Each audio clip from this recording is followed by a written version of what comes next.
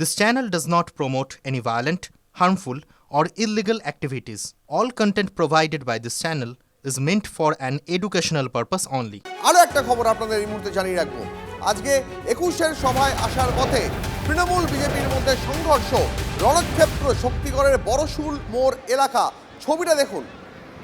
২১-এর সভায় আসার পথে তৃণমূল বিজেপি সংঘর্ষ, রণক্ষেত্র শক্তিগড় বড়শুল মোড় এলাকা। তৃণমূলের বাস থেকে বিজেপি কর্মীদের কটূক্তির অভিযোগ, পাল্টা বাস থামিয়ে তৃণমূল কর্মীদের মারধরের অভিযোগ বিজেপির বিরুদ্ধে।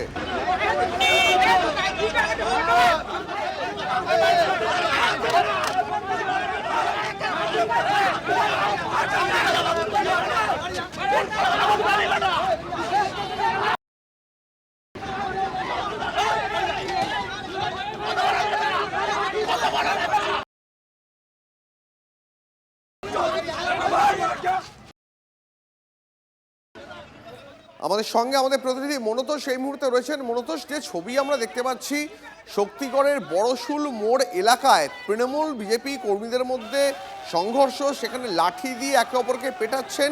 আমি বলছি, ঘটনাটা ঠিক কি ঘটেছিল? দেখো, অভিযোগ পাল্টা অভিযোগ। বিজেপির পক্ষ থেকে অভিযোগ করা হচ্ছে যে কলকাতাগামী যে সমস্ত তৃণমূলের বাসে করে যাচ্ছেন, একটি বাসের ভেতর থেকে বিজেপি কর্মীদের উদ্দেশ্য করে কটূক্তি করা হয় এবং খানিকটা দূরে গিয়ে বিজেপি কর্মীরা যখন সেই বাসটিকে দাঁড় করান তখন সেই বাস থেকে পাল্টা করছে। পাশাপাশি তৃণমূল থেকে অভিযোগ করছে যে তাদের বাস দাঁড় করিয়ে আশঙ্কায় তাদের উপর বিজেপি কর্মীরা হামলা করে। যে ছবি